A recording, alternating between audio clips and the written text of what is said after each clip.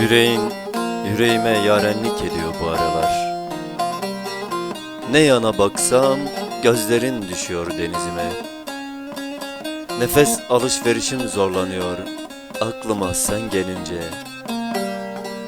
Yine niyaza dalıyorum gecenin kör karanlığında. Çocuksu bir düşleme siniyor kaderime. Al götür beni kendi dünyana. Sal beni yüreğinin uçurum kenarına. Dete bele leçiya endur te ben peşavenmen avren besuç. Dete bele leçiya endur te ben peşavenmen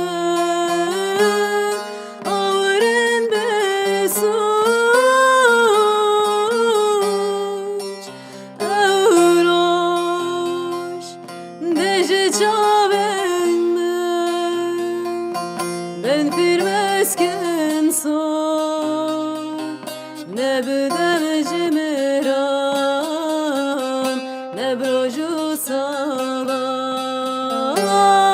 ne bekale videremin navetey bezor temen şerine tedezani dejvo tepkim kor debe kale videremin navetey bezor temen şerine tedezani dejvo tepkim kor dejvo tepkim kor. Adı güzel olan yer, bir gece yarısı gönlümün kapısına dayansam, sana kabuslarımdan en demlisini ısmarlasam.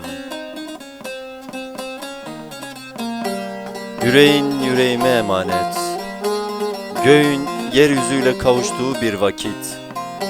Karanlık gecenin gölgesinde, karanlık gecenin gölgesinde yüreğimin yüreğine sözü var yar. Çavem begerim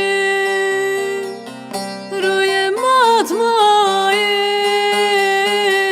Porem svibuyi Dile begerim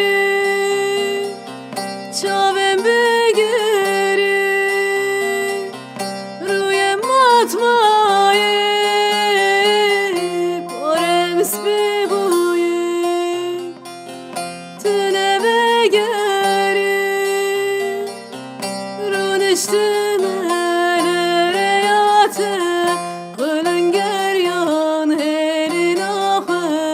Dilim kulej duriyate tüne begeri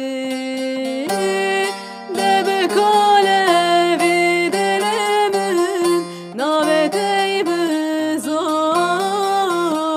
temen şene şerine tüdezani necva tepkim koy debe kale